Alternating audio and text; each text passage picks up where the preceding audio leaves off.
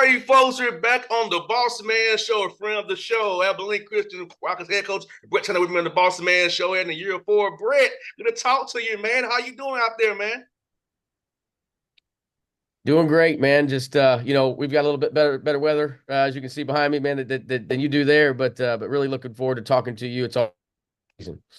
Yes, sir, Brett, man. Can you believe it's already been year four for you? Going to year four, man. How these seasons flew on by now. Down here in Yeah, year four, man.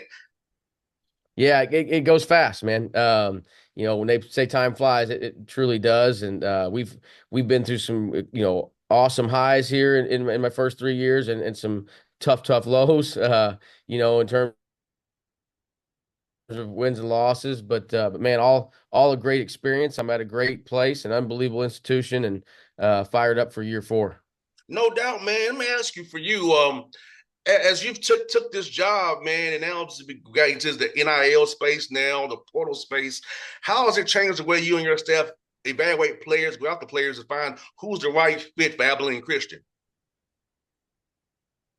Yeah, we haven't changed. We still stick to like our core values, what we're looking for in a player.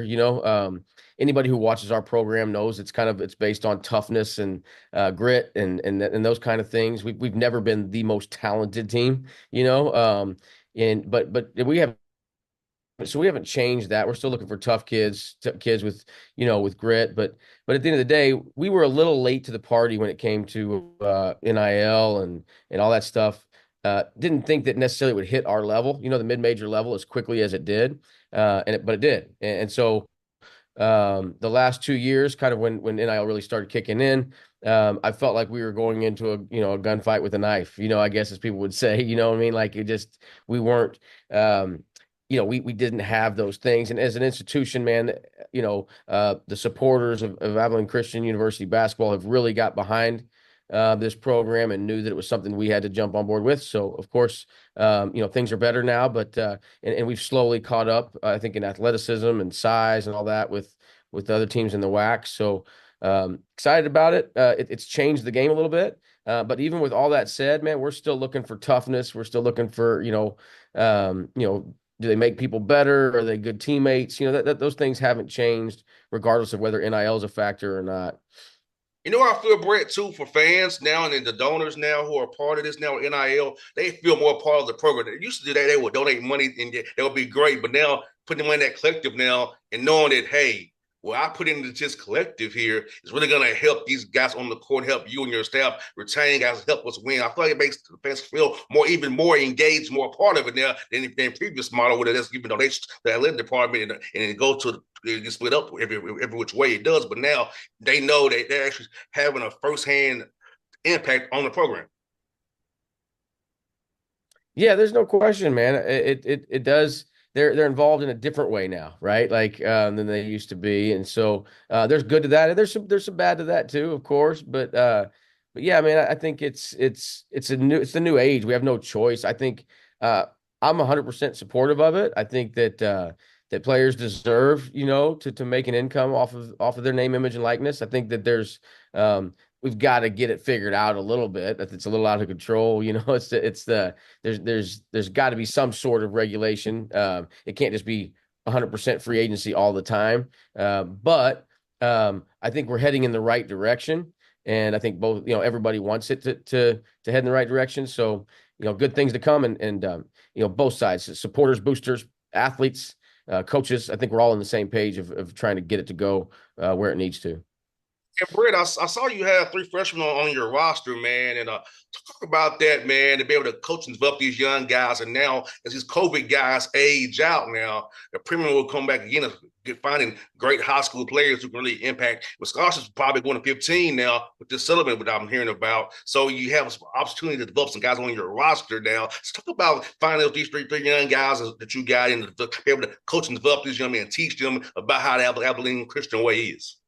Yeah, I'm excited about our freshmen, and I think that here's the thing: we kind of decided, look, this is the transfer portal, right? So not necessarily NIL, but like the portal.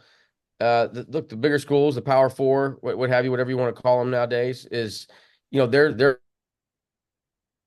just waiting till the spring, and so they're not attacking the high school ranks like they used to. They're trying to stay old. They've seen the value in that as a lot of programs like us were going up there and beating them, with older players. They've decided they understand that value. So, but that actually leaves a window for us to go get some maybe more talented young kids, that we couldn't maybe necessarily recruit in the past.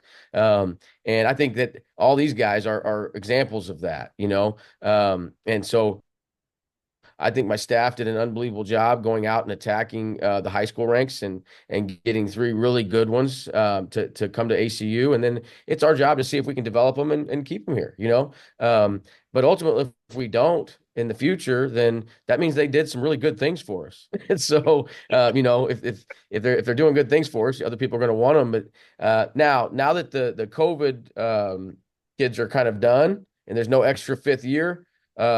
We'll see how that affects recruiting. We don't know yet. This is going to be the first year without that extra class, that's jumping into the portal. So, do the bigger schools go back and start recruiting the high school ranks again, or do they continue just without that extra class to try to stay old and, poach from us, I guess, for lack of a better term. But hopefully not, because I'm enjoying it. And these freshmen, I mean, I'm excited about them and look forward to their future in our program.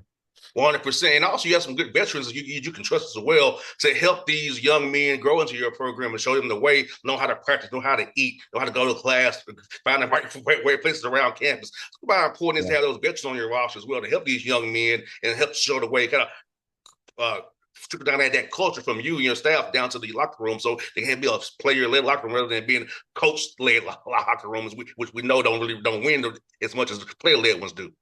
Yeah, no, like I'm excited. I think we have the perfect mix on this team of returners, of freshmen, of incoming transfers.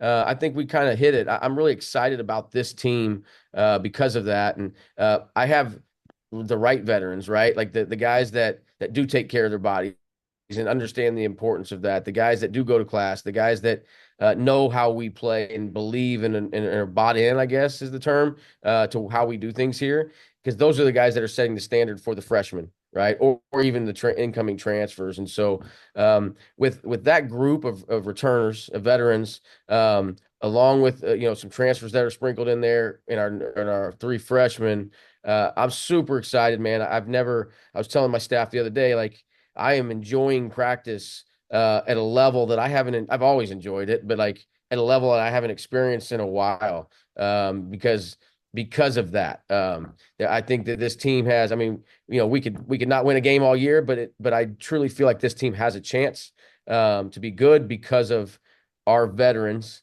and what they're doing for this program and the talent that we've brought in with our transfers and our freshmen.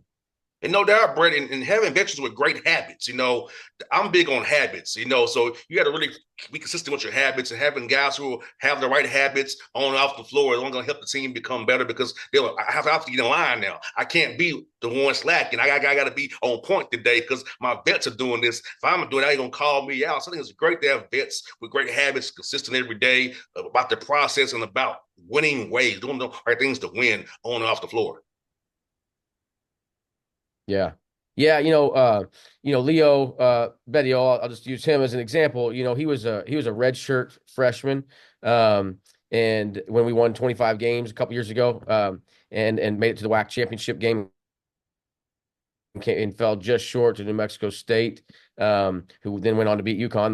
The last loss UConn's had in the NCAA tournament was a team that beat us. And so like he watched that, he witnessed that, he saw how all of that that team operated, and he also enjoyed that success. And so those are the things that he saw with his own eyes, and he is now trying to preach to these guys. And I think that we've had a little bit of a lack of that, maybe, I guess, for lack, I don't know how else to say it, but I'm just super excited about Leo, Hunter, and some of those guys truly taking over this group, and because of those habits that you're talking about, understanding winning, understanding what it takes to win. They've seen it, they know exactly what it takes, and now they can teach this younger group coming in how to do it.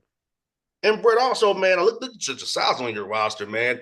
Your guys is very switchable. Talk about having guys who can switch 1 through 5 and with ball screen coverage to get over things you can get on defense now with guys of light size, with length as well. So you can really defend like Yeah. crazy out transition and play fast where I know that you love to do.